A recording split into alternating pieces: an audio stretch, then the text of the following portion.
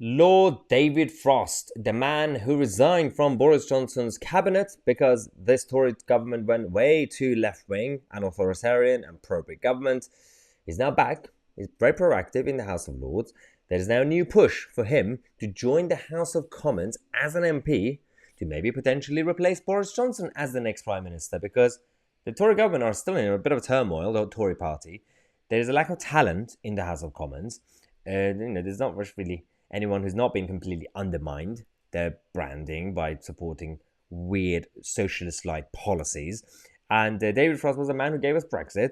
David Frost was also the man who wanted to push for more radical ideas, but of course he was blocked by Numberton Downing Street, by the civil service. So there is now a push by his, again, allies. It's the so-called allies, because this was briefed to the papers yesterday, and specifically the Mail, and they say it's the allies and friends of David Frost who are doing this. One of them said that many people would like to see Lord Frost back in full-time politics. Colleagues have highlighted to him that it is possible for a peer to resign from the Lords and stand for the Commons.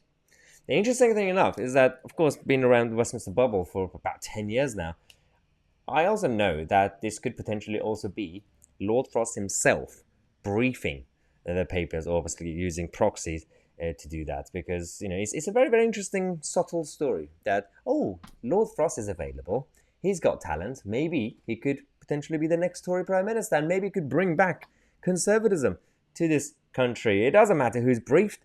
All it matters is that I didn't even consider him as an option, but he's been pretty consistent.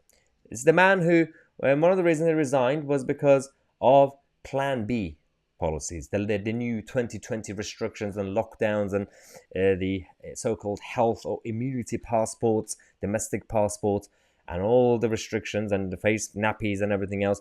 He was sick and tired of those, and he resigned partly because of that, and partly because of his opposition against the globalist agenda, the big government globalist agenda, that the World Economic Forum and COP26 and all these institutions that want to centralize economic policies and social policies and cultural policies. And this was why David Frost showed his opposition. So on paper, he's everything I want. Against the globalist agenda, against the European Union's bureaucracy, and against more lockdown restrictions and, of course, all the other regulations that we had to deal with since 2020.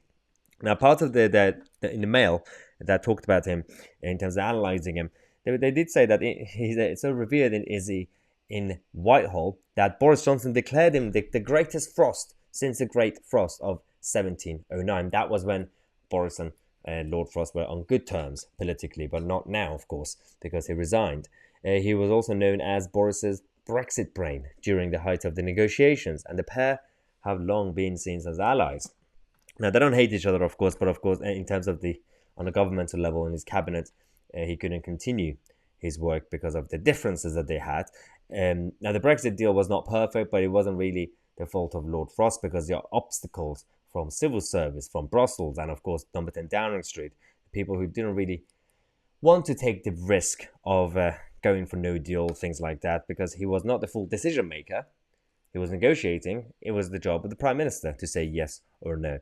And so this is the new briefing that we're currently dealing with. And I wonder if the next few days, it's only Monday now, so over the next few days in Westminster, we're going to hear more rumours about Lord Frost, or his, again, potential ambitions, maybe. I don't know, because if he's briefing the papers himself, then maybe he does have ambitions, and maybe he could be a good replacement at some point, maybe in the future. Maybe next week, maybe next year.